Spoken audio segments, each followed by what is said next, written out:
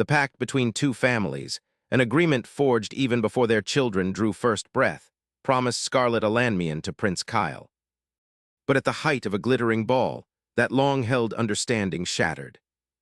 Kyle, seemingly weary of Scarlett, publicly dissolved their engagement, openly choosing Terenza, his companion, leaving Scarlett reeling from the profound betrayal. As the prince declared his intention to marry Terenza, the assembled guests erupted in applause, a wave of approval washing over the shocked Scarlett. She struggled to comprehend how anyone could endorse this brazen dismissal of a fiancé. The reason, however, soon became chillingly clear. Kyle extolled Terenza's virtues, painting her as a woman of kindness and intellect, while casting Scarlett as an unemotional void. He revealed the past 17 years of feigned engagement as the gravest dishonor of his life, expressing profound relief at his newfound freedom. Scarlett, however, was not one to yield so easily. She reminded Kyle that this union was not his to unilaterally sever.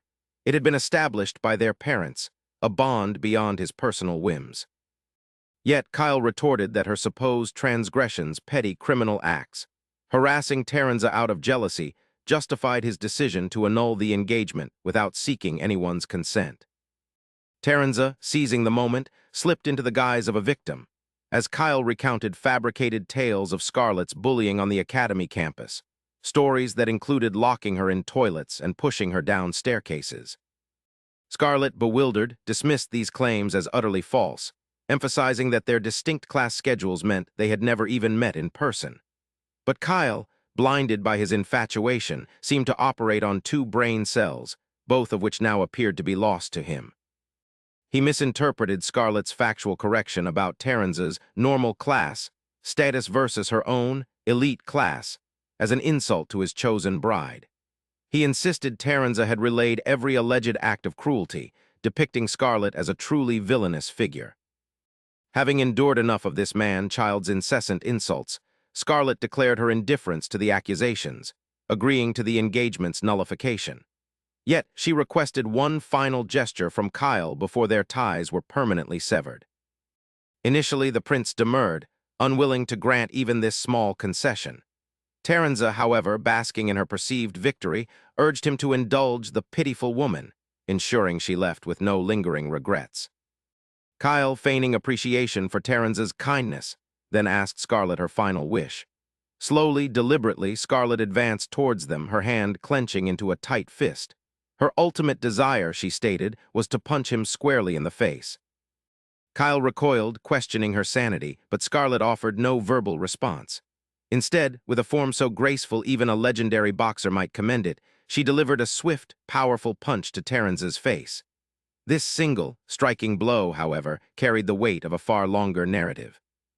And to truly grasp its impact, we must journey back through the years that shaped Scarlett. From her earliest years, Scarlett possessed an undeniable predilection for striking others. Nearly every week, some hapless individual would find themselves at the receiving end of her potent fists. Her brother, Leonardo, constantly admonished her for these violent tendencies, but Scarlett maintained that her actions served a greater good. Leonardo, though he acknowledged instances like her rescuing a commoner from a noble's brat, could never quite erase the image of her, streaked with blood, from his mind. He reminded her of her impending entry into noble society at an upcoming ceremony, urging her to abandon her pugilistic habits and comport herself like a lady. This would prove to be Scarlett's most formidable challenge. At the ceremony, she met Kyle for the first time, an insufferable boy who immediately declared she would serve as his personal attendant from that day forward. It took every ounce of Scarlett's willpower to suppress the overwhelming urge to punch him then and there, a restraint born only from the knowledge that he was the realm's second prince and, inexplicably, her destined fiancé. This was merely the overture to years of torment, as Kyle relentlessly bullied her and subjected her to relentless pranks. Trapped by the delicate familial arrangements, Scarlett's hands were tied. Even her father, wary of offending the royal family, could offer no recourse. Thus, Scarlett endured. Upon reaching 15 years of age, she entered the National Academy with stellar grades, quickly garnering a devoted following. Unfortunately, Kyle was also enrolled, and he publicly reiterated his assertion that she would serve him as his slave, even within the Academy's hallowed halls. Yet by this point, Scarlet had developed a thick skin, a practiced poker face against his bullying and tantrums. Days later, Kyle stormed into her classroom, his mood exceptionally foul, launching into a tirade and demanding she purchase him lunch. Scarlet, ever composed, apologized and assured him she would comply immediately. But Kyle remained unsatisfied. He dragged her away, intent on punishment, leaving his cronies to ensure no one reported their actions to the teachers. Scarlet soon discovered the source of his fury. Poor grades had led to his demotion to the regular class. His frustrated rage now sought an outlet, and Scarlet was its chosen target. He declared his intention to cut her hair, to take it to his class as a trophy. Even Scarlet's legendary patience wore thin. She warned him to stop, threatening to report him to her family. Kyle, in response, insulted her father, callously labeling him a mere lapdog for the royal family. Scarlet, pushed to the brink, was moments away from sending the pitiful prince to an alternate dimension. Fortunately, the first prince, Julius, was nearby. He swiftly intervened, halting the impending confrontation. Kyle, unable to act against his elder brother, retreated after receiving a stern lecture. Scarlet knew his harassment would resume, but she thanked Julius for his timely intercession. Julius merely stated he was protecting his younger brother, then engaged Scarlet in light conversation. She found herself growing to respect him for his noble character. She understood Prince Julius was the leading candidate to inherit the throne, yet corrupt nobles feared his integrity and instead supported Kyle, hoping to preserve their own ill-gotten gains. However, Scarlet's budding respect for the first prince soon curdled into a fierce jealousy. Julius achieved perfect scores in every subject, thereby shattering her own unbroken streak as the top student. She initially credited this to his exceptional diligence, but when he approached her, casually remarking on the ease of attaining full marks, Scarlet's irritation flared. Taking it as a personal challenge, she dedicated herself to intense study, determined to surpass him next time. Whispers, however, began to circulate that Julius had intentionally ceded victory to her, seeking only to make her happy. This rumor only intensified Scarlet's frustration, leading her to ignore him completely. Yet, Julius persisted, even following her after school, inquiring about her interactions with Kyle. It was then Scarlet realized that Kyle, despite his recent humiliation, had made no further attempts to harass her. She surmised that Julius's constant presence was a deliberate tactic to keep Kyle at bay, and she almost began to view him in a positive light. Then Julius abruptly began to flirt with her. Scarlet might have succumbed to his charm had he not called her an interesting creature. Shocked by his words, she soon discovered Julius was not merely flustering her. He genuinely considered her an intriguing specimen worthy of study, even keeping detailed notes on her. That was the precise moment Scarlet began to harbor a dual animosity, vowing to one day punch both Julius and Kyle. Returning to the present, all that bottled fury found its explosive release on Terence's face. With that singular punch, Scarlet sent Terence sprawling, incidentally knocking out two other bystanders in the process. Kyle, aghast, demanded to know what she was doing. Scarlet's reply was chillingly calm. His cruel remarks had provoked her, and Terence had simply borne the consequences. Then she turned towards the stunned assembly of nobles, acutely aware that each one was a corrupt scoundrel. Their earlier applause for Kyle's betrayal fueled her rage. From her person, she produced and donned a pair of punching gloves, kept always at the ready for such emergencies. Panic rippled through the nobility. They cried for guards. But Scarlet, with a swift application of magic, rendered the guards unconscious before systematically pummeling the nobles one by one. As the nobles pleaded for protection, offering their own slaves in exchange, a stark reminder of the illegal trade they secretly sanctioned, Scarlet recognized them as irredeemable refuse. Her conscience, she knew, would bear no burden in rendering them senseless. Activating her unique temporal magic, she accelerated her movements, embarking on a rampage of fists, each blow rated E for everyone. Soon, every noble lay prostrate. Kyle remained the last, his pants thoroughly soiled from witnessing Scarlet's true, terrifying form. "Now it's your turn," she informed him. Just as her fist was about to connect, her brother Leonardo burst onto the scene, attempting to intervene. He was too late. Scarlett's punch sent Kyle slamming into a distant wall, leaving her feeling utterly refreshed. While Leonardo stared in horror at the scattered nobility, Julius, from a distance, appeared genuinely amused. Scarlett felt a fleeting temptation to strike him as well, but decided against it for the moment. She approached Julius and Leonardo, greeting them before they inquired about the cause of her violent outburst. Initially, Scarlett offered a rather unoriginal explanation, stating that the nobles had committed unspeakable crimes, then sought to justify themselves, prompting her immediate punishment. But when Julius pressed for specific details, she simply replied, "They pissed me off, so I knocked them out." Leonardo suffered a minor cardiac event at this blunt admission, but Julius simply burst into laughter, lamenting the absence of cameras to capture Scarlett's noble beating spectacle. He jokingly suggested she should have awaited his arrival before commencing her slugfest, a request Scarlett deemed unreasonable. Meanwhile, Leonardo spiraled into despair, contemplating the dire consequences, but Julius calmly assured him he would manage the situation. Suddenly, Scarlett felt a wave of dizziness and collapsed. Julius caught her head just before it hit the ground. 3 days later, Scarlett awoke to the persistent ringing of bells in her head. As her senses slowly returned, she realized she had overused the extraordinary power bestowed upon her by Krenoa, the god of time. The moment her eyes fluttered open, she found a maid looming over her, a knife pointed threateningly. Calmly, Scarlett inquired, "Who are you?" The maid, however, screamed, "Die," and lunged. But she was no match for Scarlett's reflexes and was instantly punched into a wall. Leonardo, hearing the commotion from his sister's room, rushed in, aghast that her first action upon regaining consciousness was to punch someone. Nonetheless, he expressed his deep worry for her. Once Scarlett had freshened up, Julius entered the room, bearing news. Her engagement to Kyle had been officially canceled, sanctioned by both families. Kyle himself had been stripped of his royal inheritance for complicity in slave trading, and all the nobles present at the party had been arrested. Scarlett, pleased by this outcome, then inquired if she, too, would face punishment. Julius informed her that she was far too valuable to the royal family to be penalized. However, until the scandal subsided, finding a suitable husband would prove challenging. He then offered her good news. Her recent actions had become a legendary tale across the kingdom, with people speaking of her as if she were a vigilante hero, akin to the Dark Knight of lore. They called her the Blood-Stained Lady, a hero who had single-handedly delivered hordes of corrupt nobles to justice. Leonardo groaned at the thought of another menacing moniker for his sister, but Julius interjected, reminding them of more pressing matters.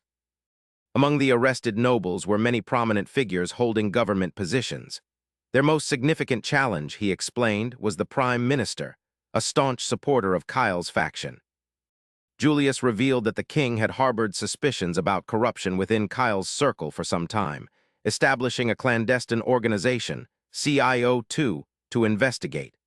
Leonardo, Julius noted, was its current head. He then summoned one of their agents, the very first to infiltrate Kyle's faction and gather critical intelligence. The agent was none other than Sigurd, a former sycophant of Kyle's. Sigurd immediately offered Scarlett a profuse apology for his past rudeness. Scarlett, with a dry wit, remarked that his performance deserved an award, a comment that visibly unsettled Sigurd. Julius, offering a path to reconciliation, granted Scarlett permission to punch him if it would help put the past behind them. Scarlett accepted. Yet her punch was merely a light tap on Sigurd's cheek, acknowledging the numerous times he had covertly assisted her while working for Kyle. With that, Scarlett took her leave, finally free to pursue her own path, unburdened by the constraints of her engagement. Her first priority, interrogating the maid who had attempted to assassinate her. The next morning, Scarlett arrived at the warehouse where the maid, Nanaka, was confined, only to find the clothes discarded. Suddenly, a feral cat attacked her. Scarlett effortlessly subdued it, recognizing immediately that the maid was, in fact, a shape-shifting beast folk. She commanded Nanaka to revert to human form so they could converse. The maid, it turned out, was a boy. His unwavering determination to kill Scarlett became clear. A slave crest etched onto his chest compelled him to obey his master's every command. Scarlett proposed a deal. If she could free him, would he reveal everything about his master? "Go ahead and try," he challenged. Scarlet took this as assent, pinning him to the ground before channeling her powers to reverse the time on his slave crest. In this world, every human is born blessed by a deity, though most never discern which god bestowed their favor. Those who do, however, can wield powers granted by their divine patron. Scarlet, favored by Krenoa, the god of time, was thus highly prized by the royal family. She utilized Krenoa's power to restore Nanaka's body to its pristine, pre-enslavement state, though the effort visibly exhausted her. True to his word, the young beast folk revealed his master, Prime Minister Godwyn. Godwyn's son had been among Scarlet's victims at the recent party, prompting the Prime Minister to order Nanaka's assassination. But Nanaka had been embedded long before that, tasked with spying on Scarlet's family. Godwyn, Nanaka explained, was a cunning man, planting spies within noble households to unearth their secrets, then blackmailing them into complicity in slave trading, thereby tightening his insidious grip. This intelligence was enough for Scarlet. She prepared to visit Godwyn's residence, intending to deliver a well-deserved beating. Nanaka urged her to reconsider, warning that Godwyn was perpetually surrounded by guards, but such obstacles would not deter Scarlet. So the grateful servant suggested a more opportune moment. Godwyn was scheduled to attend a slave auction in approximately 1 week. Nanaka admitted he didn't yet know the auction's precise location, but promised to connect Scarlet with the slave trader, driven by a fierce desire for revenge against the man who had enslaved him and countless others of his kind. Scarlet gladly accepted his offer, taking him under her wing, unaware that Julius had overheard her entire plan. A few days later, Scarlet and Nanaka ventured into the slums in search of the slave trader. Scarlet recounted a peculiar purchase, a chunk of mithril bought from a child for a single gold coin. Nanaka insisted she had been scammed, but Scarlet remained unconvinced. She then turned to Julius, who had joined them uninvited. Julius initially claimed he sought to learn more about the common people, believing it would aid him in becoming a better king. But under Scarlet's persistent questioning, he confessed to overhearing her conversation and realizing he simply couldn't miss the amusing spectacle of some individuals getting knocked senseless. Just then, a group of thugs emerged. Scarlet's eyes lit up with anticipation, eager for a fight. Nanaka, however, advised her to curb her battle tendencies, assuring her he could talk their way out. He approached the thugs, offering payment in exchange for an introduction to a trader named Junk. They scoffed, refusing to do business with such weak-looking individuals. They then boasted about a child who had foolishly sold a rock to a stupid rich woman for a gold coin, an opportunity they intended to exploit.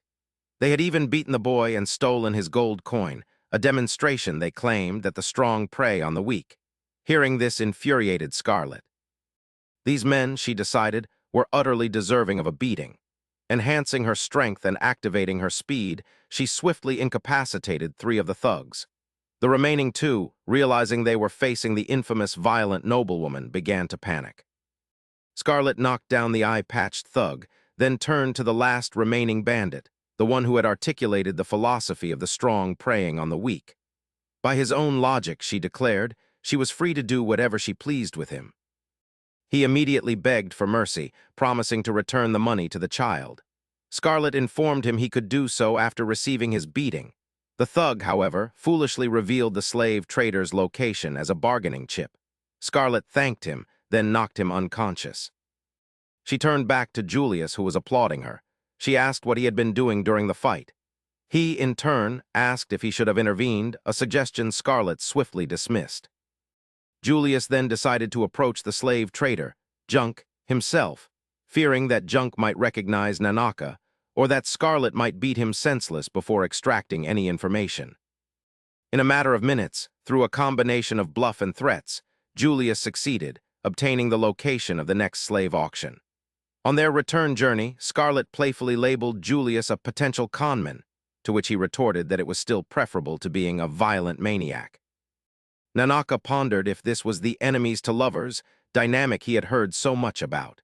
But then, Scarlet and Julius suddenly found themselves in perfect synchronicity, both turning to Nanaka to brainstorm ideas for infiltrating the auction.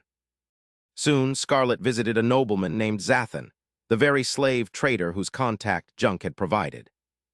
Zathan was visibly pleased to greet a new customer, Yet he chided Scarlet, remarking it was unladylike to seek out a low life, like junk, when she could have simply inquired about his address among her noble acquaintances. Scarlet brushed off his comment, asking instead about his relationship with Junk. Zathan clarified they had no direct business. He simply hired Junk to scout for potentially valuable slaves in the slums.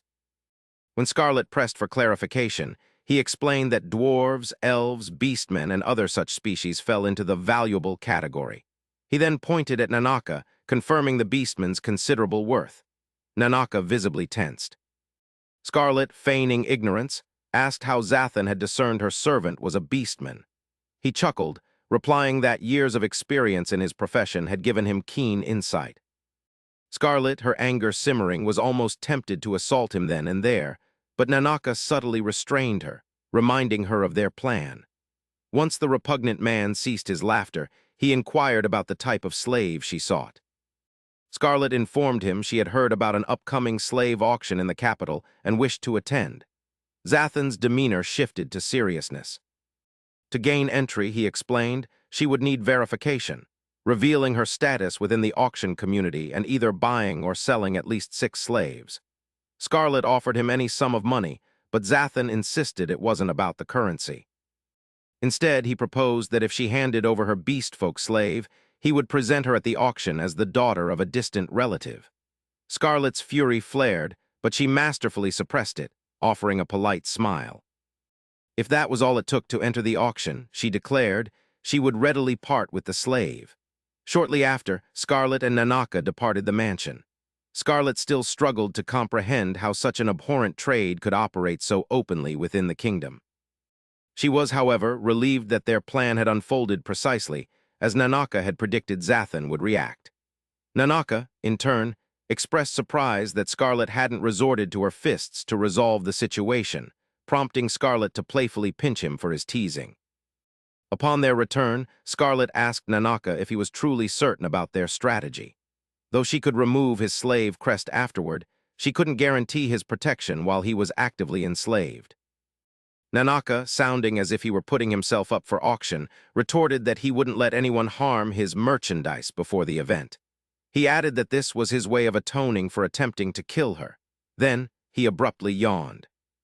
Scarlet understood that beastfolk were primarily nocturnal, sleeping during the day. In the very next moment, Nanaka transformed into his animal form, falling asleep in Scarlet's arms. She carried him back to the inn where Prince Julius awaited them. Scarlet informed him that the negotiations were successful. Julius, shocked, couldn't believe she had navigated the situation without resorting to violence. Scarlet, already annoyed by his comment, grew more irritated when Julius remarked he wished he had been there to witness such a rare, non-violent resolution. Yet, he added, a prince couldn't simply go out purchasing slaves. Scarlet, choosing not to engage with his teasing, decided to seek fresh air once Nanaka was settled in bed. Julius declared he had the same idea and accompanied her, remaining persistently close. Scarlet found his presence irksome, but Julius simply followed, claiming he had business on that particular street. Just then, an apple pie vendor called out, offering a deal for cute girls. Buy a pie, get a free apple. Julius, seizing the opportunity, bought one as well.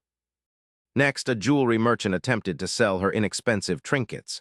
Julius bought those too, but not before haggling. He even made a purchase from a dubious fortune teller. Scarlet finally demanded, "What business do you actually have on this street?" Julius replied he had merely fabricated the excuse, then called Scarlet cute for believing such an obvious lie. Incensed, Scarlet punched a nearby wall, unable to strike the prince directly. Julius merely chuckled, then offered her an apple pie, which transported Scarlet to a state of blissful delight. Julius then apologized for his teasing, but Scarlet retorted that a single apple pie wouldn't secure her forgiveness. However, a second apple pie achieved the desired effect, and Scarlet quickly relented. Afterward, Scarlet remarked on Julius's intimate knowledge of the city's layout. He confessed he used to regularly skip classes to explore it. He then asked her how she felt about the market. Scarlet observed that when Kyle had sent her to buy bread, she never had time to truly observe her surroundings. But now, seeing it properly, the market appeared a cheerful, vibrant place. Julius expressed his pleasure, adding that every time he had visited, he had wished she could see it. Scarlett wondered if his unsolicited presence was merely to show her around, thinking that if he had simply said so, she wouldn't have been quite so irritated. Suddenly, Julius began to monologue, admitting his profound hatred for boredom. Since childhood, he had found interest only in the ugly and twisted. Constantly surrounded by sycophantic nobles, he had to maintain a facade. Then he saw Scarlett, utterly uninterested in him, and witnessed his younger brother tormenting her. He decided to speak with her, offering to complain to his father if Kyle's actions truly frightened her. Scarlett, however, merely offered him a chilling smile, declaring he had just made a fine joke. That moment captured his undivided attention, and her intrigue never waned. He reiterated that most things in the world were boring, and he abhorred boredom. Therefore, he sought to keep interesting things around him, and currently no one captivated him more than Scarlett. With that, he unexpectedly leaned in, planting a kiss on her cheek, leaving Scarlett dumbfounded. Julius clarified this was not traditional romantic love, but he was certain he liked her, and she was very dear to him. Later that night, alone in her room, Scarlett still replayed the bizarre encounter. She flopped onto her bed, pondering if the kiss was merely another of the prince's ploys to annoy her. The next day, Scarlett met Zathan again, informing him she would deliver Nanaka, contingent on him honoring his promise. He agreed, but first, he demanded proof that the slave was indeed a beast folk. Scarlett, asking if he doubted her word, was met with his explanation that it was merely his policy to confirm the goods before acceptance. Scarlett commanded Nanaka to transform, and he instantly shifted into a cat-like creature. Zathan, delighted, was then joined by a formidable, fanged man entering the room. He stared intently at Scarlett, asking Zathan if she was the slave they were acquiring today. Zathan corrected him, identifying Scarlett as a customer and the beast folk as the slave. Nanaka visibly recoiled. Scarlett realized this man, Donovan, was a lycanthropic hybrid, half-human, half-magic beast. Zathan apologized for his slave's rude behavior, then instructed him to take the beast. Donovan's eyes gleamed at the prospect, remarking on beastmen's rapid regenerative abilities. He fastened a metal collar around Nanaka's neck and began to pull him away, but Nanaka resisted, infuriating Donovan, who swung his barbed whip threateningly. Suddenly, Scarlett seized the whip with her bare hands. She informed Zathan that his slave was quite well-behaved, and if he lacked the courage to punish him, she would gladly do so herself. Donovan scoffed. Even Zathan, looking down on Scarlett, warned her not to provoke his slave, revealing Donovan was a former rank adventurer. He claimed she would need the strength of a knight captain to subdue him. Scarlett, however, merely inquired why that mattered. Zathan, confused, reiterated his concern for her safety. But Donovan declared it was too late. He wouldn't allow a woman to disrespect his pride and vowed to teach her a lesson. He tugged at the whip, but it remained firmly in Scarlett's unyielding grip. He pulled harder. Zathan, still underestimating her, told Donovan to stop joking, stating a girl could never overpower a man in such a superior weight class. Donovan insisted he was trying his absolute best. Scarlett then asked Zathan if Donovan would also be put up for auction. He replied that Donovan would serve as his personal bodyguard and trainer for other slaves. This, Scarlett mused, was good news, as she wouldn't have to worry about him losing value after sustaining some damage. Then with a sudden, decisive move, Scarlett tossed Donovan into the air, punching him so forcefully he vanished into the stratosphere. Zathan was utterly flabbergasted, but Scarlett paid him no mind. She turned to Nanaka, removing his collar, and seeing he was bleeding, she used her healing magic to treat his wounds. She hugged him, promising to return for him soon, urging him to endure whatever hardships he faced in the interim. Scarlett then addressed the noble regarding the broken window. He quickly assured her she needn't pay for repairs, even thanking her for disciplining Donovan, a task he always failed to accomplish. Upon Scarlett's return to the inn, she found a familiar carriage parked outside. Her brother emerged, his face etched with anger. He informed her she could explain everything once they reached the capital. Seeing Julius already inside the carriage, Scarlett silently cursed him for being a useless prince who couldn't even prevent her brother from discovering their escapades. Once in the capital, Leonardo, over a tea table, poured himself strong liquor, questioning both Julius and Scarlett's common sense, demanding to know how they could so casually risk their lives. Julius calmly replied that they had secured the slave auction's location, making it a worthwhile endeavor. Leonardo composed himself, then revealed his own findings. Prime Minister Godwin was personally orchestrating the auction. Scarlett informed him the auction was in 2 days, sending Leonardo into a flurry of frantic planning for the momentous mission.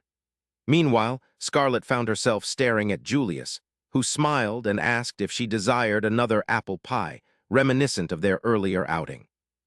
She felt an inexplicable irritation, but Leonardo interrupted, announcing his completed plan. First, he insisted Scarlett return home, a demand she flatly refused, stating it was the one thing she absolutely could not do. Leonardo assumed her sole motivation was to punch Godwin, but she clarified it was far more profound. Since childhood, she had witnessed good people suffer while corrupt nobles thrived. She believed that greedy, evil individuals could not be punished by conventional means. She had to address them in her own way. Rising abruptly, she declared that selfish and avaricious nobles were, in fact, the most satisfying targets for her fists.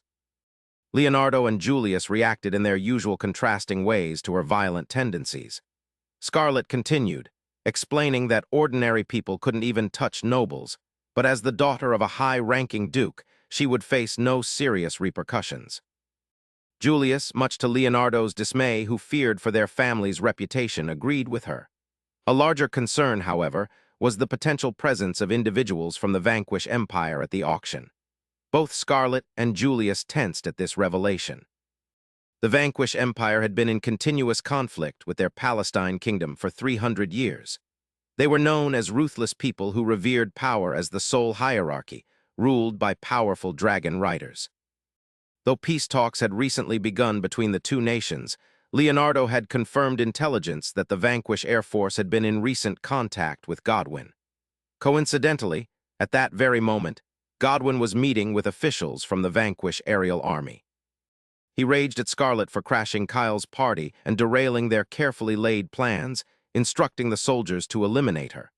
A red-headed soldier eagerly accepted the mission, flying away on his dragon. Godwin, however, was displeased by his arrogant demeanor. Just then, a girl interrupted, urging him to forget the dragon riders and observe her offering. She pointed a gun at Godwin. Since firearms were yet to be invented in this world, he had no comprehension of the object. The girl declared it a gift from goddess Pomona. Godwin, pulling out his own pendant, claimed he already possessed a gift from her and dismissed the funny-looking cylinder as harmless. But when the girl fired, shattering a flower vase, he was utterly shocked. The girl was none other than Terenza, Kyle's former companion. She urged Godwin to utilize this weapon, capable of killing even the most fearsome enemies, to secure victory in his impending battles. Soon, the day of the auction arrived. Zathan nervously welcomed Scarlett to the auction house, handing her a mask that would likely do little to conceal her identity. Scarlett thanked him, wishing him good luck for the day, but smirked inwardly, knowing this would be the final auction for him and all the other contemptible nobles involved. Zathan then led Scarlett to the hall. She meticulously reviewed her strategy. After obtaining the auction's location, Julius had immediately dispatched his agents to infiltrate the premises as servants. However, he knew they would be unarmed inside the main hall, and even with magic, they couldn't arrest Godwin. Therefore, he had designated Scarlett as their primary combat unit, confident that unlike the losers, she needed only her fists to subdue everyone. With this in mind, Scarlett confidently entered the auction hall. Simultaneously, Leonardo and other knights waited outside, poised to strike upon Julius's command. Leonardo felt assured by their preparations, yet he silently prayed Scarlett would adhere to her promise to avoid unnecessary violence. His stomach churned, knowing her inability to control her fists, and he simply hoped their mission would somehow succeed.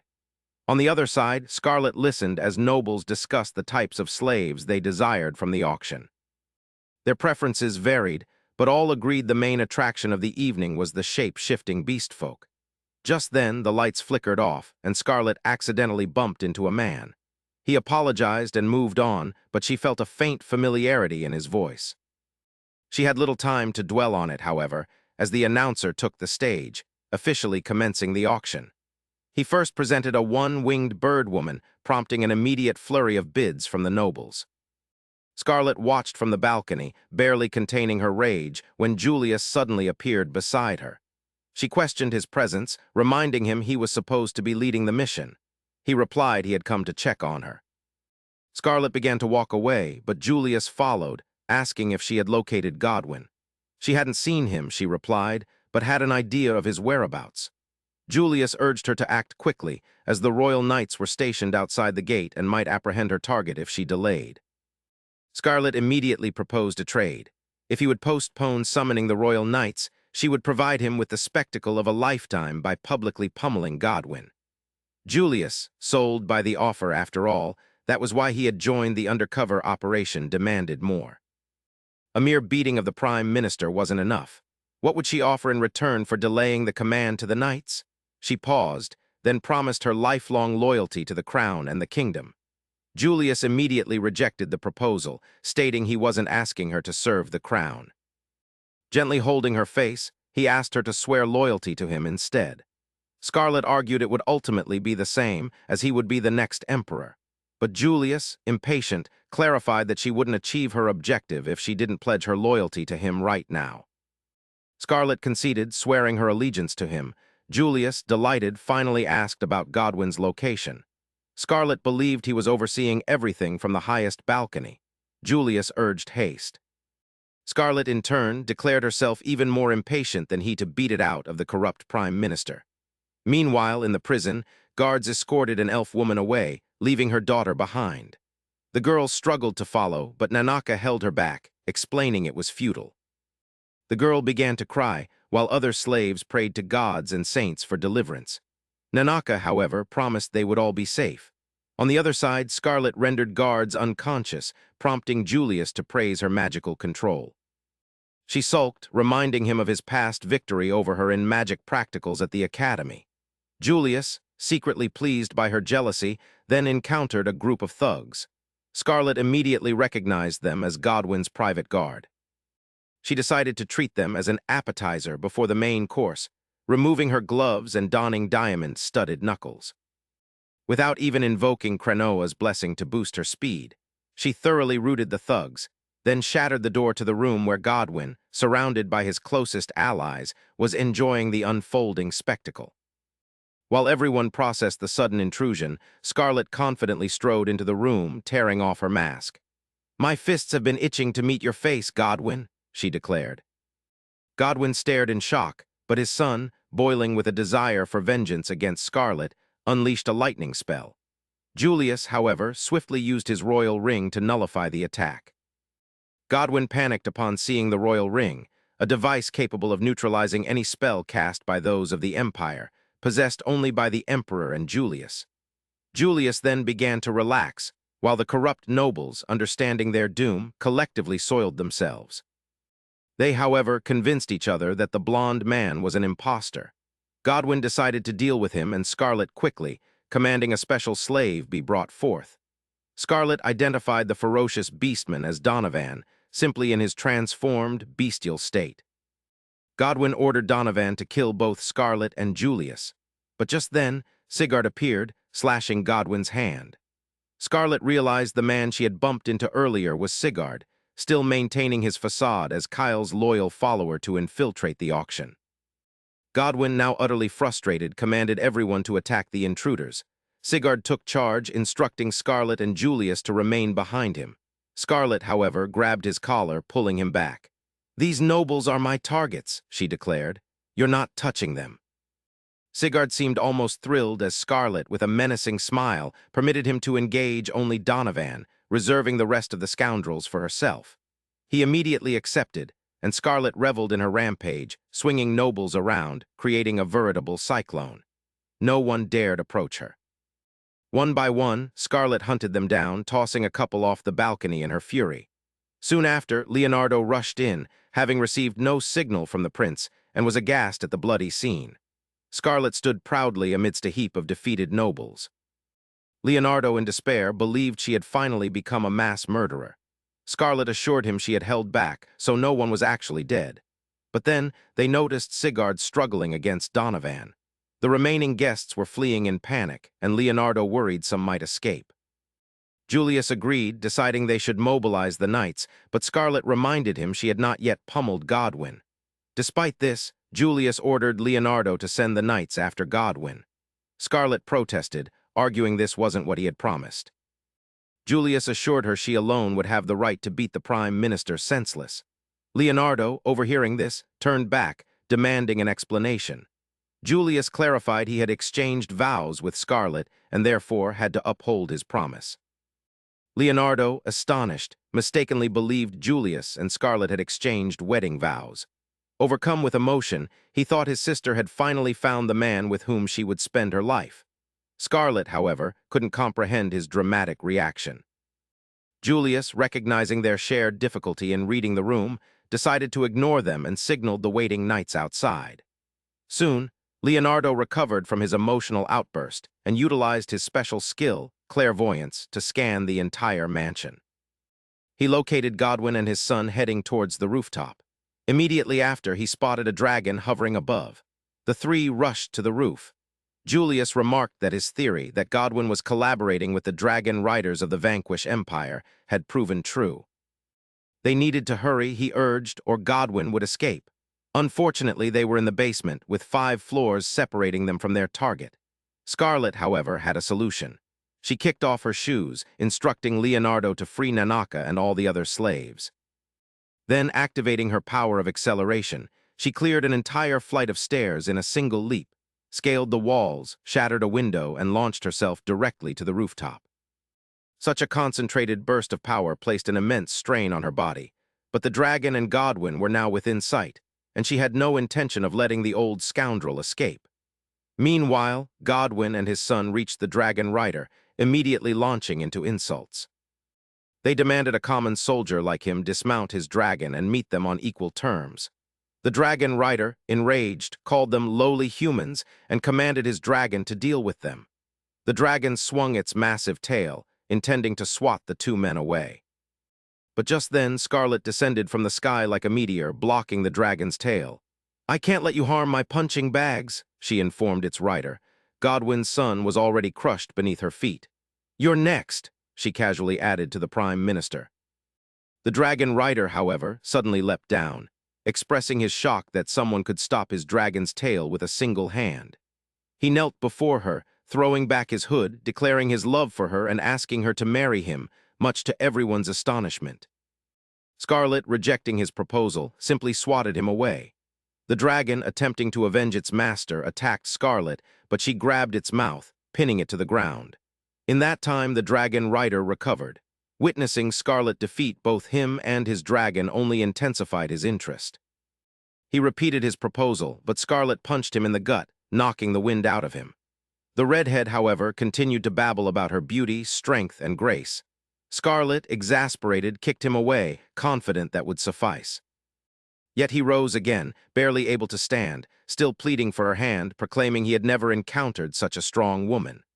Scarlet, calling him a fool, revealed her knowledge. He was Al Flame, the first prince of the Vanquish Empire, who had come to eliminate the incompetent Godwyn. Godwyn panicked. Al Flame confirmed Scarlet's statement, declaring he had come to kill Godwyn and his followers, for traitors like them posed the greatest threat to peace between their nations. Al hurled his spear at Godwyn, intending a quick kill, but Scarlet shattered the spear with a kick, ordering him to step back. The prince immediately moved closer, grabbing her leg. Scarlet noticed he had merely been feigning weakness earlier. His physique appeared perfectly fine. She asked if he was truly confident in his endurance, and he affirmed, boasting of a blessing that rendered his body as hard as steel, immune to physical attacks. Her blows, he claimed, would be ineffective, urging her to let him finish Godwyn. Scarlet refused, asserting she possessed a method to defeat him. Then she suddenly seized his head. Al, dropping his guard, mistook her intent for a kiss. Instead, Scarlet slammed his head down, delivering a full-strength blow, enduring numerous knee strikes to his face in the process. Al feigned being perfectly fine, but upon rising, he felt a sudden dizziness. Scarlet's kicks had given him a concussion. He lost his balance, but not his desperate plea, once again urging Scarlet to accompany him, claiming this kingdom of weaklings was unworthy of her. Scarlet, having had enough of his incessant rambling, simply grabbed his collar, activated her power, and yeeted him back to his own kingdom. With Al dispatched, Scarlet finally turned her attention to Godwin, who was, by now, thoroughly terrified. He apologized for attempting to kill her and for using Taranza to orchestrate her public breakup with Kyle. The latter revelation was new to Scarlet. She inquired if the Prime Minister had indeed aided Taranza in approaching Kyle. If he had helped humiliate her that day, she declared, he would pay dearly. Godwin stammered, admitting he had merely followed Taranza's plan. Scarlet's curiosity was piqued.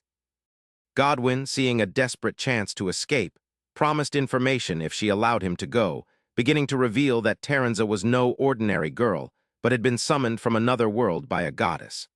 Scarlet wasn't certain of his veracity, but this new information paused her. Unfortunately for Godwin, Scarlet concluded that fear had rendered him senile, and he was merely babbling nonsense to save himself.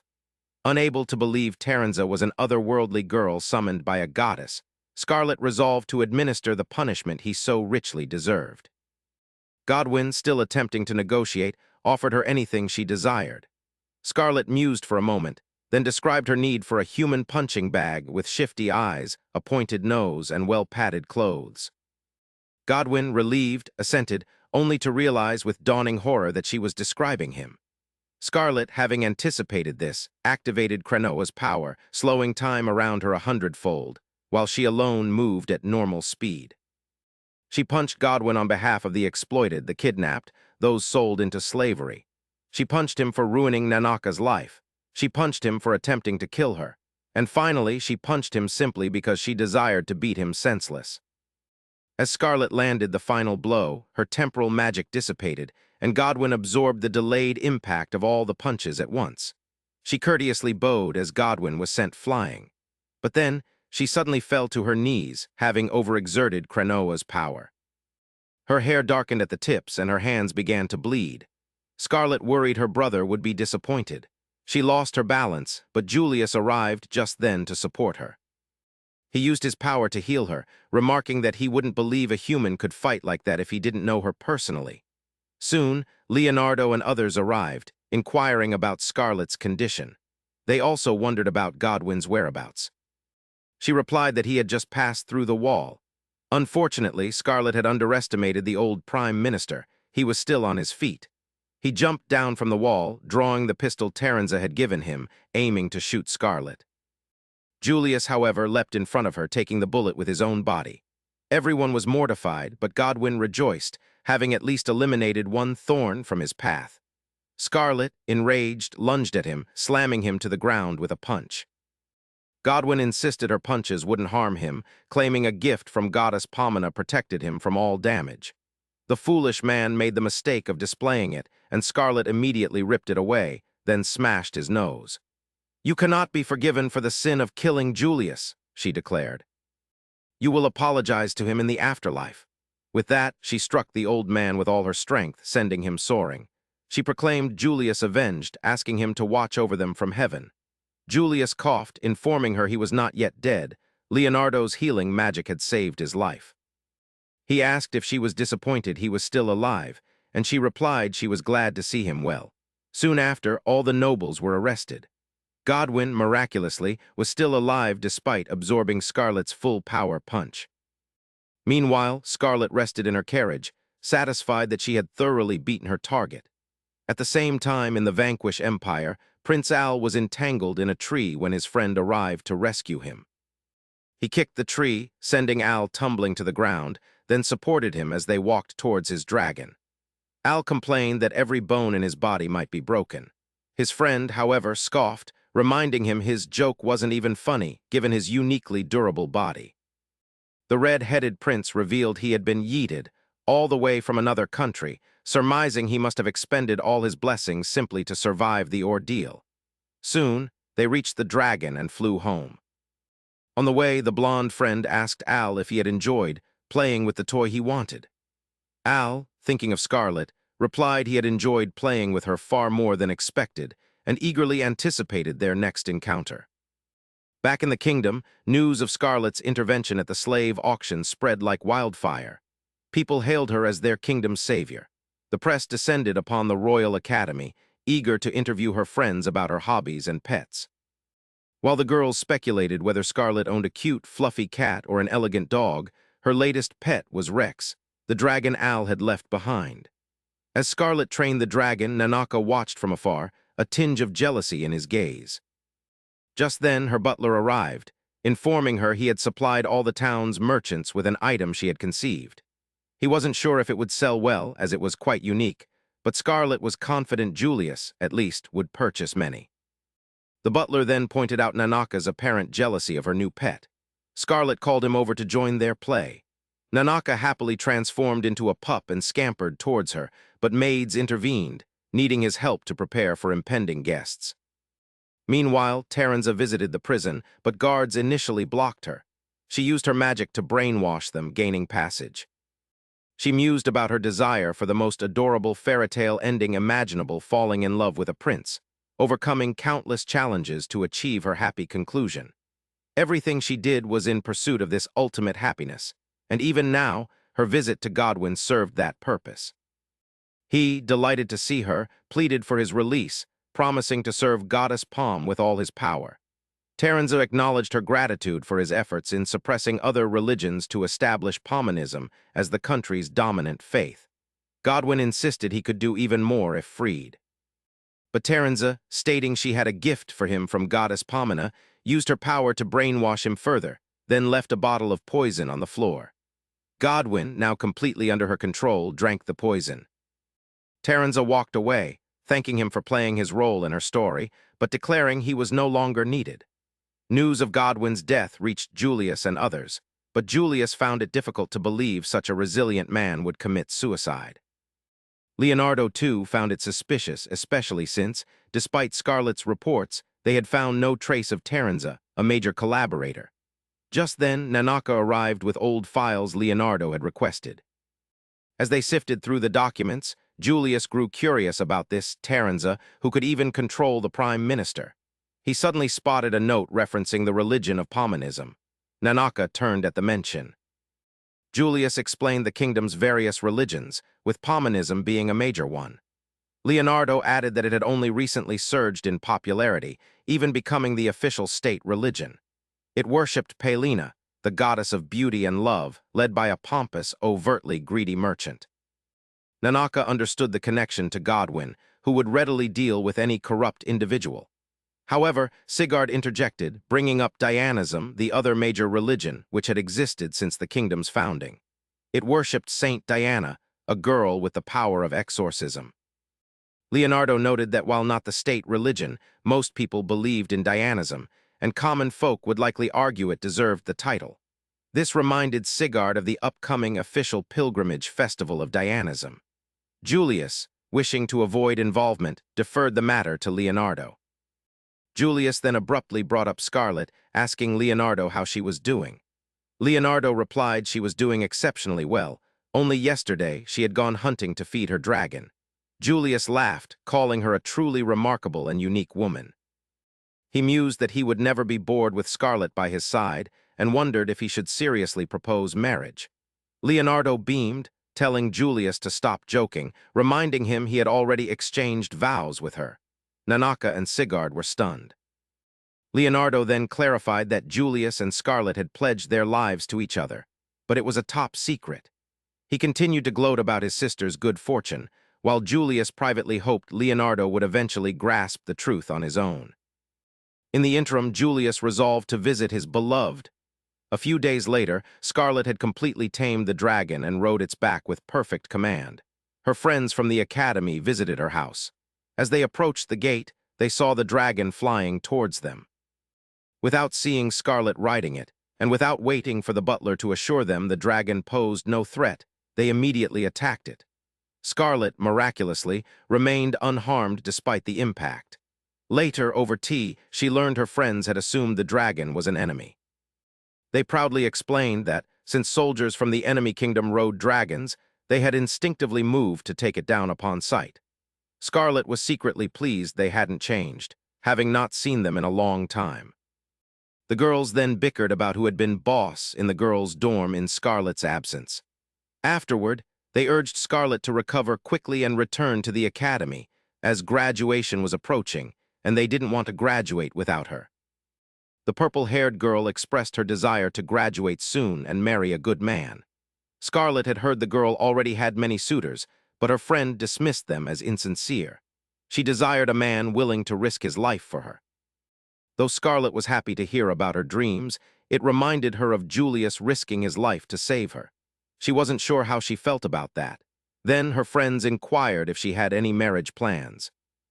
Scarlet had no answer, but she was saved from the awkward question as Nanaka entered her room. She told him she was busy and would play later, but Nanaka insisted he was there with a guest. The guest was Julius. The girls were shocked. As he greeted them, they nervously rose and returned his salutation. Julius asked if he was disturbing them. While Scarlet asserted he was interrupting her tea with friends, the girls were more than happy to abandon their tea for the prince's company. He asked if he could borrow Scarlet for a moment, a phrasing Scarlet disliked. Julius, unfazed, approached her, took her hand, and said he wished to discuss something privately. The girls, captivated by the scene, told Julius he could borrow her for as long as he liked. Scarlet felt a betrayal akin to Caesar's. Julius then led Scarlet outside, asking if she had heard of Godwin's death while under arrest. She affirmed. Julius added that he had investigated Taranza, as per her reports, but Kyle knew nothing about her, leaving the investigation at a complete standstill. Scarlet finally understood why he needed to speak privately. Such matters couldn't be discussed in front of her friends. Julius, noticing her reaction, asked if she had wished to discuss something else. Scarlet replied she had nothing to add and asked if he had anything further. Julius remarked that her hair hadn't yet returned to its normal color. She affirmed, stating she planned to visit a hot spring soon to recover mentally and physically. Julius approved, emphasizing her indispensability to the kingdom and her need to maintain optimal condition. He expressed his desire not to lose her over a small matter. Scarlet replied she felt the same way about him. Julius was taken aback. Scarlet then implored him never to act so recklessly again, never to sacrifice himself for her. She expressed happiness that the royal family valued her blessings so greatly, but if something were to happen to the future king because of her, she could never forgive herself. Julius abruptly interrupted, asking if he could pick the roses nearby. She granted permission. As he gathered roses, he reminded Scarlet of their market visit. Long ago, he recounted, his parents had also disguised themselves as commoners to enjoy the market. Scarlet expressed surprise, as they appeared to be very serious individuals. Julius explained they were only outwardly strict, but privately deeply romantic. His father, the king, had showered his mother with thousands of gifts to win her affection, yet she had grown bored. However, one gift had made her heart swoon, leading her to accept his marriage proposal, a crown of roses crafted by his own hands. Now Julius did the same. He placed a rose crown upon Scarlet's head, telling her he needed her. With her, his world was vibrant and wonderful. Without her, it was gray and bland. He gently held her face, declaring she had stolen his heart. Scarlet's heart skipped a beat. Her knees weakened as Julius drew close, asking her to stay with him forever. Scarlet was inclined to say yes. But then Julius called her his most beloved toy, and her mood soured. She asked if he had truly imbued the rose crown with love. He affirmed, saying he had poured his love for his most amusing toy into it. Scarlet was now furious. Julius, seemingly uncaring, walked away, remarking he hadn't realized she was as captivated by romantic fantasies as other girls her age. He claimed he had almost forgotten she was human after witnessing her pummel nobles left and right, and thus couldn't have guessed she desired a romantic confession. Scarlet offered no verbal reply. Instead, she donned her knuckled gloves, asking Julius if she had his permission to clobber him. A few days later, Scarlet enjoyed the cool night breeze, pondering the resolution of the previous case. The disappearance of Taranza and Godwin's death, she mused, felt like portents of impending trouble. Yet there were also good things to anticipate. Scarlet read a letter from Saintess Diana, who expressed her ardent desire to meet her. The Saintess spoke of flowers growing in the church and of countless topics she wished to discuss upon their meeting. Scarlet smiled after reading the letter, vowing to herself that no matter what transpired, she would protect Diana. The next day, Scarlet informed Leonardo of her desire for a hot springs tour. But he, having lost all trust, suspected it was merely an excuse to go punch someone. She urged him to have a little more faith in his sister. But ever since discovering her vows with Prince Julius were not marriage vows as he had mistakenly believed, his trust had evaporated completely. As Leonardo ranted, Nanaka served tea and looked at a map. He pointed out that Scarlet's hot spring destination was near Saintess Diana's cathedral, then playfully asked if she intended to punch the saint. Leonardo gasped in shock, realizing that Scarlet made this hot spring trip annually, always along the same route as the Holy Land pilgrimage. He demanded an explanation. Scarlet assured him she deeply respected the saintess, an honored figure valued by the entire kingdom, and would never harm her. A single look into Scarlet's eyes convinced Leonardo of her sincerity, and he granted permission for her hot spring tour. Scarlet thanked him, declaring she would depart immediately, much to their surprise. However, a surprise awaited her as well. Reaching her mansion gate, she found Julius waiting with a carriage. Scarlet was inwardly annoyed but found no means to dissuade Julius. They boarded the carriage. Julius laughed upon hearing Leonardo's fear that she would punch the saint. Scarlet, irritated, remarked that perhaps she should have simply informed her brother she was accompanying the crown prince on an inspection of the Holy Land pilgrimage route. Julius, however, felt they should prolong the deception for the sake of Leonardo's amusing reaction. Julius then shifted to a serious discussion about the aftermath of Godwin's death. Neighboring countries, he noted, had become suspiciously active since the incident. Even within their own kingdom, stability remained elusive despite the removal of corrupt nobles. Julius warned Scarlet that spies might be among them, making complete trust impossible. He suddenly clasped her face, suggesting they shouldn't even inform Leonardo of all matters. Scarlet was shaken. Julius, however, abruptly turned her face towards the window, announcing they had reached their destination. They saw the colossal walls encircling the city, which housed the headquarters of both major religions. Scarlet deemed it a bit too extra, and Julius agreed. He recounted how the Pope of Pomenianism claimed the wall was necessary to shield the holy city from the filth of the outside. But Julius suspected the Pope merely sought to conceal the corruption festering within. Scarlet had only heard the name of Pope Sargon, leader of the Pomenian faith. Julius revealed that those who knew him from his early days as a merchant called him the scheming social climber. Scarlet's eyes began to glisten, and the prince realized she was already contemplating pummeling Sargon. Suddenly, their carriage came to an abrupt halt. When Julius inquired about the situation, the driver revealed the city gate had closed just as he was about to pass through. The driver asked a guard for an explanation, who replied that Pope Sargon had issued an order. No one could enter the city without direct permission from the emperor himself.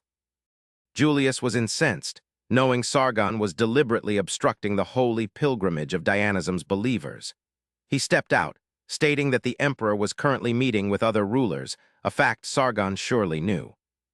If Sargon had issued such an order despite the emperor's absence, Julius concluded, it must be born of childish petulance. While the guard remained silent before the prince, an ugly, corpulent man approached, furious that the prince would insult their pope. He introduced himself as Jarmuth the Ogre, inquisitor of Pomenism, declaring no one could insult their religious leader. Scarlet immediately envisioned the immense satisfaction of punching this fat man. Jarmuth informed Julius that, with the Pope's orders, he was authorized to do whatever was necessary to stop heretics who would harm Pomenism. He declared he would expel all heretics from the holy city, even the crown prince, for he possessed the approval of goddess Pomena. Julius inquired if the Pope had indeed established the inquisitors for this purpose. Jarmuth readily agreed, unaware that the prince was holding a magical device, recording his statement. Once he had sufficient proof of Jarmuth overstepping his bounds, Julius granted Scarlet permission to act as she pleased. She immediately donned her gloves and approached the gate, while Jarmuth mocked her, claiming no one could even scratch the holy door. However, a single punch from Scarlet was enough to shatter the door into smithereens. Everyone stared dumbfounded. Jarmuth called Scarlet a monster, but he soon recognized her, speaking her name aloud. The soldiers panicked. They knew they would be utterly annihilated by the blood-stained Lady of Beatings and immediately fled. Jarmuth, however, remained determined to punish Scarlet for Godwin's capture. He swung his heavy mace at her. Scarlet simply borrowed a spear from a soldier who hadn't managed to escape. Jarmuth scoffed, declaring a puny spear couldn't block his heavy mace, but Scarlet proved anything was possible. She blocked Jarmuth's attack, deflected his mace, and struck him in the guts. She believed this would suffice to take down the fatty. Surprisingly, he sustained no damage. His thick layer of fat seemingly dispersed all impact. Joking aside, the true reason for his resilience was a magic pendant that instantly healed his injuries. Scarlet wasn't particularly surprised to encounter another magical pendant among her enemies. As Jarmuth declared himself invulnerable with the goddess's gift, Scarlet dashed forward, sending him into outer space faster than any rocket. She was pleased with her actions. Just then, individuals from the Church of Dianism arrived, led by a paladin named Peridas, who expressed his gladness to see Scarlet. He apologized for not receiving her and Julius earlier, explaining his knights had been occupied with riots in different parts of the city, instigated by followers of Pomona. Scarlet suspected they were merely frightened by the unified power of Diana's followers as the holy pilgrimage approached. But Julius thought they might have another motive. Just then, another holy knight arrived. Peridas was furious, as this knight had been missing during the riots. The knight, however, paid him no attention, striding directly towards Scarlet, declaring he had seen 10 out of 10 baddies in his life, but she was an 11. Julius stepped between them. The knight casually asked if he was the prince. Peridas, enraged by his rudeness, chased the knight until he forced him into submission. Afterward, the knight introduced himself as Dios, the head knight of the Holy Order. Julius greeted him politely, but Scarlet sensed he was already struggling with Dios's free-spirited nature. Scarlet then greeted Dios, who immediately grabbed her hand, asking her to be his girlfriend, declaring himself head over heels for her. Everyone was aghast at Dios's brazenness. Surprisingly, Scarlet spoke to him gently. He asked if class differences bothered her. She replied that as the daughter of a high-ranking noble, it was her duty to marry someone of suitable social standing. Dios then revealed he was a half-elf, his father an elven noble. Scarlet called him amusing, but expressed her dislike for him holding her hand without permission. Dios, noticing this, released her hand. At that very moment, Julius snatched Scarlet's hand away from Dios's reach. He instructed the knight to show respect to his partner.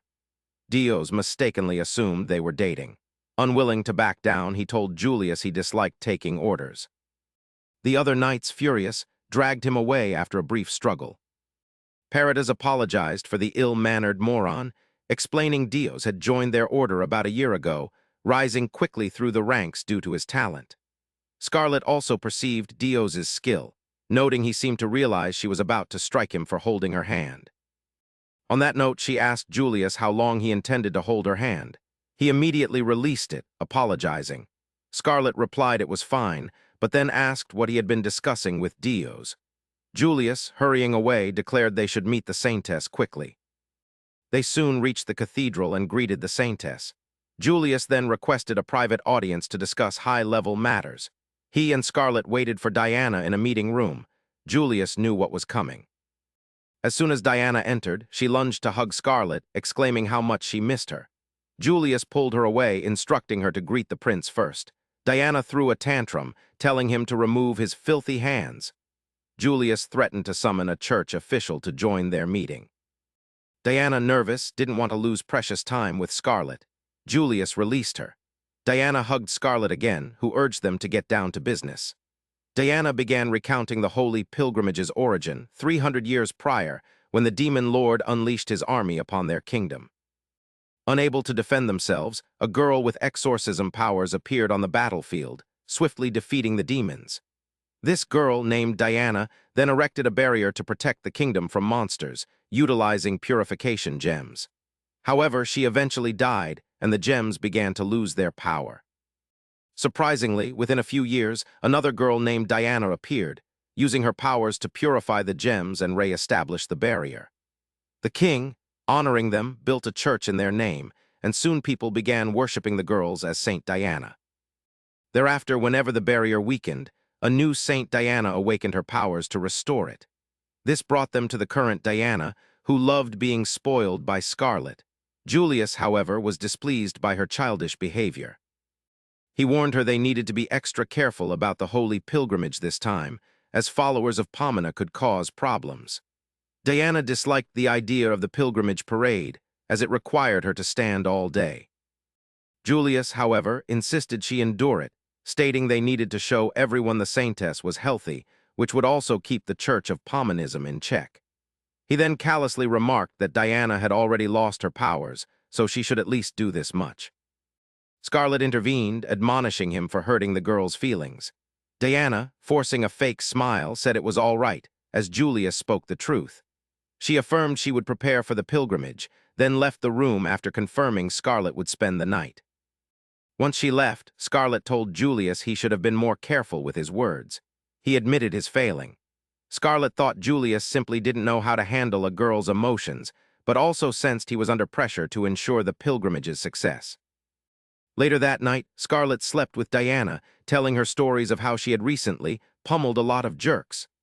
Diana expressed her desire to become a strong, independent woman like Scarlet when she grew up. Scarlet asked if she wasn't interested in boys.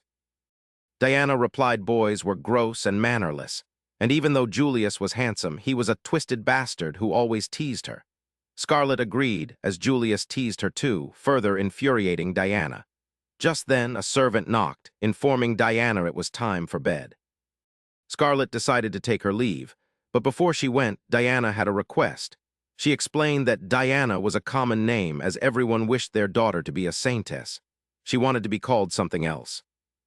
Her father in private called her Sonia, and she asked Scarlet to use that name too.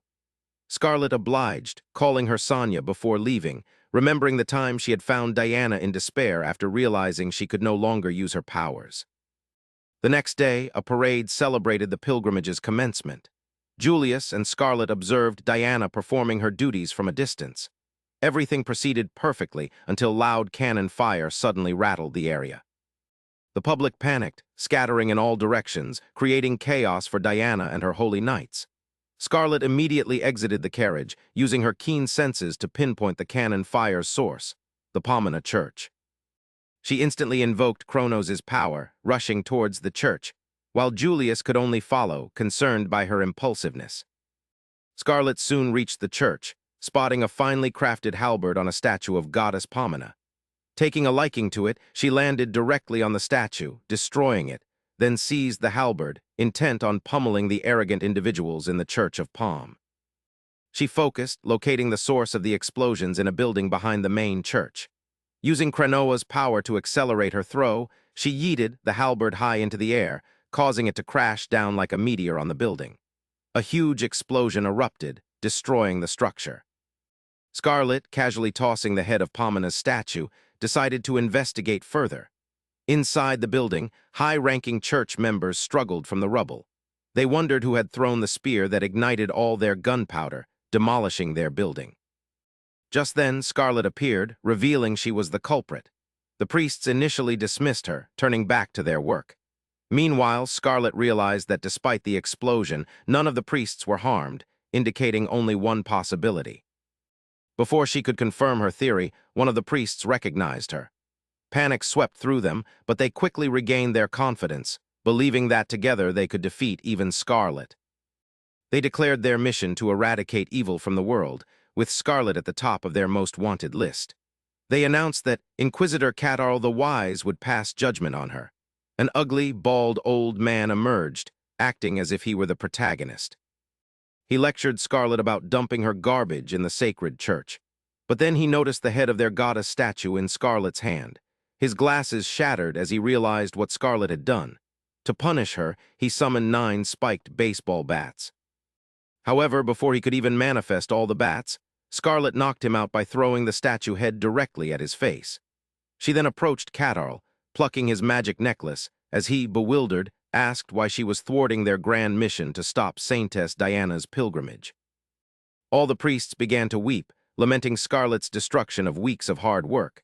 Scarlet simply thanked Katarl for his confession, then knocked him unconscious.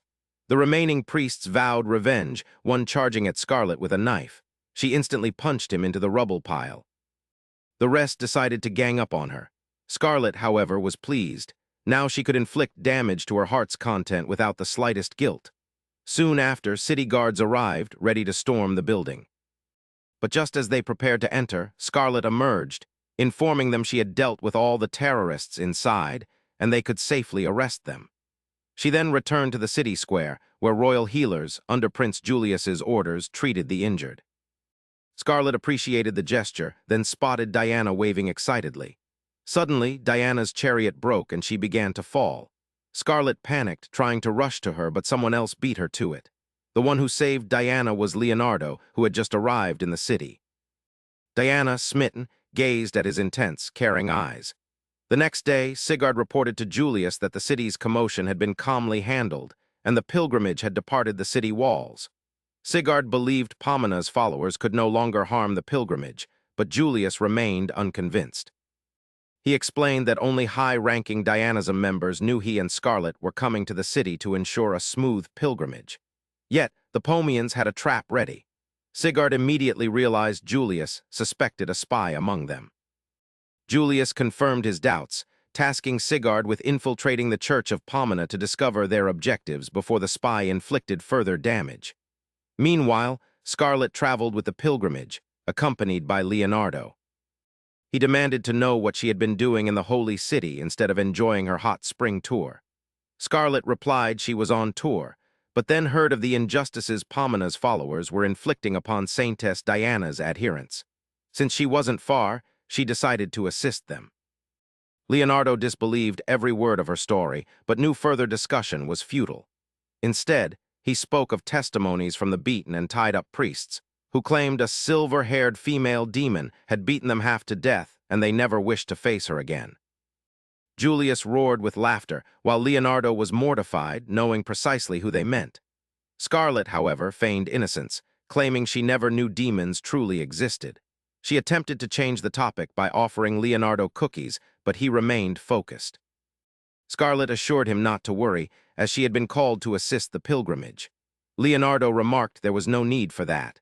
Scarlet countered that only she could provide the specific help the pilgrimage desired. Leonardo now realized it pertained to her blessing, and she couldn't speak openly about it, likely bound by the king's oath of silence. He decided not to press the matter, but held Scarlet's hands, urging her to ask for help before risking her life alone. Later that night, as Scarlet peacefully read a book, oblivious to Dios causing chaos nearby, two maids sought her assistance. They reported Diana had been acting strangely since yesterday. Scarlet assumed Diana was simply shaken from her chariot breaking. However, the maids insisted her actions suggested otherwise. Scarlet found the girl giggling and rolling on her bed, which worried her. She decided to speak with her. The moment Diana saw her, she became even more frantic, turning her face away. Scarlet covered her with a blanket and asked what was wrong. Diana replied that seeing Scarlet reminded her of her Prince Charming, and everyone instantly understood. Scarlet helped Diana calm down, then asked if she had truly fallen in love at first sight with her brother, Leonardo. Diana shyly affirmed. Scarlet immediately hugged her, praising her good taste and declaring Leonardo the best man in the world. She decided to set them up, devising a perfect plan. A week later, they arrived in Memphis, a town renowned for its hot springs. As everyone relaxed in the therapeutic waters, Scarlet informed Diana it was time to execute their plan. Diana, feeling it was too sudden, expressed shyness, but Scarlet insisted she must act to win Leonardo's love. The first step was to dress Diana as a common girl so she could ask Leonardo out on a date. Scarlet explained that revealing her hidden side would surely pique Leonardo's interest. The Saintess, excited, then watched as Scarlet suddenly opened the window, knowing Nanaka had been spying the entire time. She told him that since he had overheard everything, he should guard Diana and Leonardo on their date. He affirmed. Diana, shocked to hear the puppy speak, joined Scarlet in petting him once he was inside the room. Scarlet revealed she had known Nanaka was following her on her brother's orders from the moment she left the capital. She then asked Nanaka if he had taken a relaxing dip in the hot waters. He replied he disliked hot water. Scarlet promised him a bath later, and Nanaka, embarrassed, fled.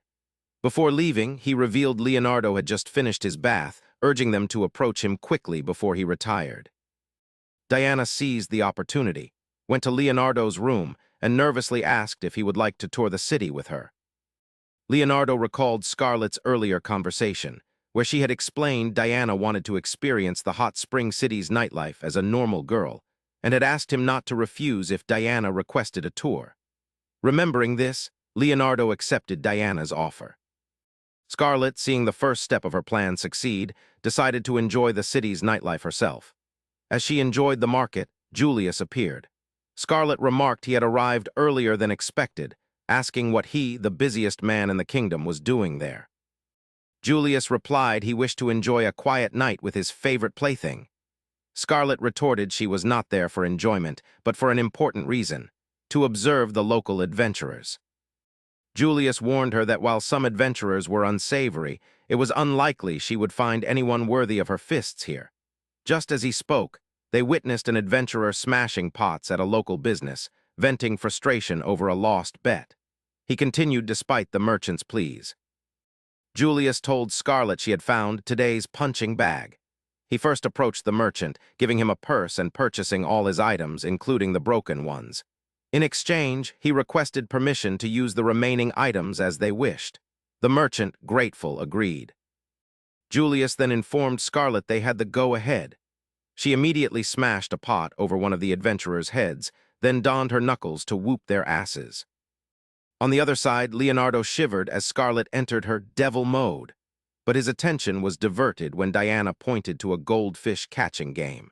She failed to catch any, her clumsiness reminding Leonardo of a young Scarlett. He held her hand, helping her catch a goldfish, much to Diana's delight. However, when the shopkeeper asked if she wanted to take the fish, she refused, feeling the fish would be sad without its friends. Leonardo called her too kind, and Diana, flustered, didn't know how to respond. They continued their date, and Diana thoroughly enjoyed it. She soon found a shop selling cat ears. Due to a discount on buying a pair, she made Leonardo wear one as well. Afterward, she happily walked through the market when two drunkards approached from the opposite direction. Leonardo pulled her close, patting her head, telling her not to wander so far. Diana suddenly realized that while this was a date for her, Leonardo was merely babysitting her. Upset, she told him not to treat her like a child. Leonardo, taken aback, apologized. He explained he saw a young Scarlett in her, but Diana retorted he should retract that statement, as she was nothing like Scarlett. Scarlett, she insisted, was cool and dependable, while she herself was merely a clumsy village bumpkin. Leonardo knelt before her, telling her it wasn't true. She was doing a magnificent job as saintess despite her youth, an important asset to the kingdom. Diana felt compelled to reveal the truth about losing her powers. However, just then, Leonardo heard a commotion nearby and was distracted. The very next moment, a knight arrived to inform him of Scarlett's actions. Leonardo rushed off to see what Scarlett was doing, instructing the knight to escort the saintess to her room. Meanwhile, Dios and other knights patrolled the market when a merchant offered them snacks. Dios took the snacks, but Paradas confiscated the plate, reminding him they were on duty. Dios acted silly, rushing to a corner, claiming he wanted to check another stall, but used the opportunity to read a secret note from the merchant. Meanwhile, in the Vanquish Empire, Prince Al was busy training when an inquisitor from the Church of Pomona arrived, seeking his help on an important matter. A few days later, a council of the Pominian Church was convened to discuss recent incidents surrounding Saintess Diana's pilgrimage.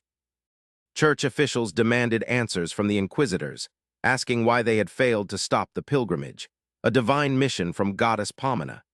Shouting and screaming erupted until Pope Sargon called for calm, declaring there was no need for such agitation.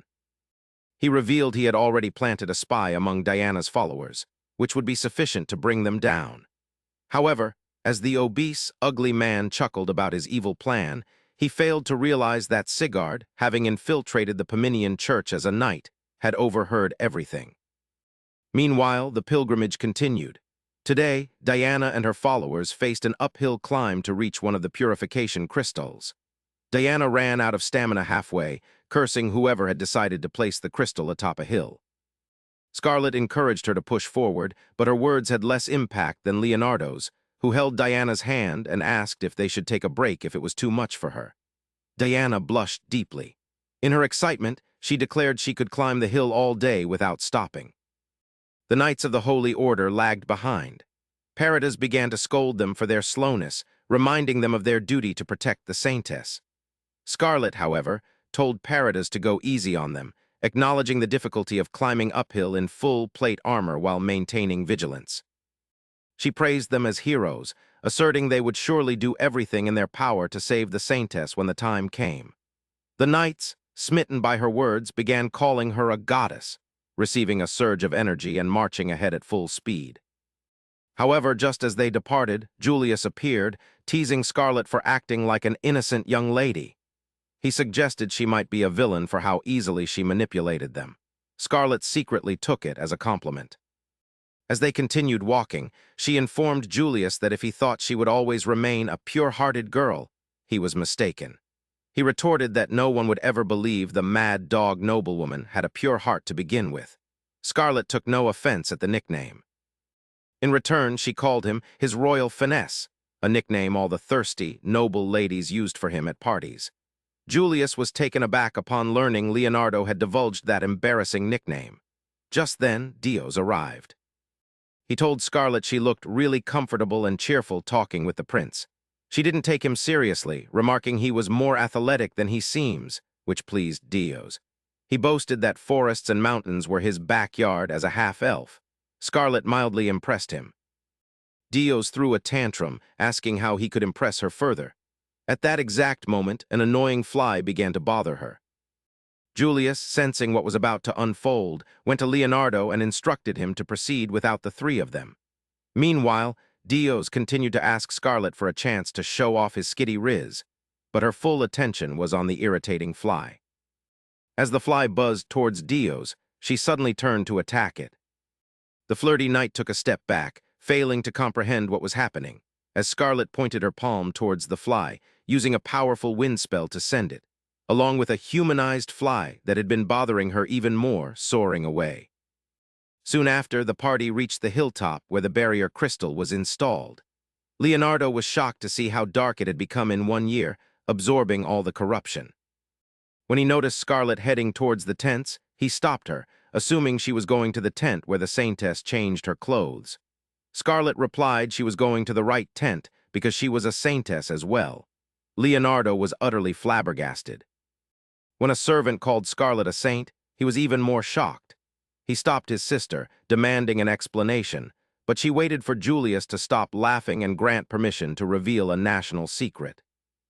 Once she received permission, Scarlet informed Leonardo there were 2 saints in the religion of Dianism, though the world only knew of one. She explained that ever since the 3rd Saint Diana, 2 saints had worked as a team to purify the crystals. One saint purified the crystal, while the other stabilized the barrier. But since Diana now lacked the power to do so, the responsibility fell to Scarlet. She changed into a saintess's robes and approached the purification crystal, using Krenoa's power. She reversed time, erasing the impurities absorbed by the crystal, leaving everyone awestruck. Julius explained to Leonardo that the power to turn back time was the rarest gift from Krenoa, and the royal family had sought to protect Scarlet from any danger, which was why her powers had been kept secret from the world. Leonardo finally understood the royal family's profound interest in his violent sister, and he believed it was also the reason Julius always accompanied her. After the purification, Scarlet headed towards the changing tent when Diana approached, expressing her amazement. Scarlet noticed something odd about her. Diana revealed she felt guilty for being unable to do anything. Scarlet gently hugged her, promising to do everything to restore her power, but neither noticed Dios keenly observing them. Later that night, Julius received a report from Sigurd about Pope Sargon's mole. The next day, Julius pondered this as they traveled to their next destination, a town in the far north. Scarlet was fully bundled against the cold, which she detested. When Julius inquired why, she explained she couldn't feel the thrill of punching someone when her hands were numb. He urged her to wait until they reached the city, promising a warm welcome. To their surprise, the streets were empty, and people shut their windows upon seeing the pilgrimage. Scarlet asked Julius if this was the warm welcome he spoke of. He had no clue. Just then, the city's mayor arrived. Julius inquired about the situation. The mayor accused a witch in their group of tricking everyone into believing she was a saint, pointing at Diana. The knights were ready to sever the halfling's head. The mayor, however, doubled down, claiming the holy pilgrimage was merely an excuse for Diana to extort money from passing cities. He refused to give her anything. Paradis calmly explained they merely requested a small donation to sustain the pilgrimage. Leonardo joined in, informing the mayor that the pilgrimage's funding came from tax money belonging to the country. He warned the halfling that obstructing the pilgrimage would bring disaster upon the country, as it had in the past. The mayor scoffed, claiming he didn't care about history, as his town would be safe under the protection of a real saint. He immediately introduced their new saint, Terenza. Terenza greeted Scarlet, noting it had been a long time since they last met. Scarlet coolly retorted that the last time she had broken Terenza's ugly nose. Terenza's assistant, infuriated, threatened Scarlet for messing with him. Scarlet, genuinely not recognizing the clown, was informed by Julius that he was Pope Sargon's son, but possessed a forgettable face, so it wasn't Scarlet's fault. Julius added that this clown was among those she had beaten at Kyle's party. Scarlet, already eager, prepared to repeat the performance. Terenza, growing impatient, sprayed a hypnotizing powder, turning all her guards into simps. They stood ready to obey her every command. Julius noticed the powder drifting towards him and warned everyone not to breathe it if they wished to retain their wits. Scarlet asked Terenza if this was how she had controlled Kyle. Terenza affirmed. Scarlet remarked she had always thought even Kyle wasn't foolish enough for such a public breakup, but Terenza's power explained everything. Terenza's deluded mind believed Scarlet still loved Kyle and, laughing, declared Scarlet deserved her fate. Scarlet, unperturbed, simply asked Terenza if her power worked on women. Terenza replied it would be gay if her power charmed women. That was all Scarlet needed to know. She donned her knuckles, ready to beat Terenza senseless. Terenza, terrified, ordered her men to kill Scarlet immediately. Julius and others rushed to Scarlet's defense. Meanwhile, Scarlet began casting a spell to neutralize the hypnotizing powder. However, the Pope's son used a silencing spell to cancel hers.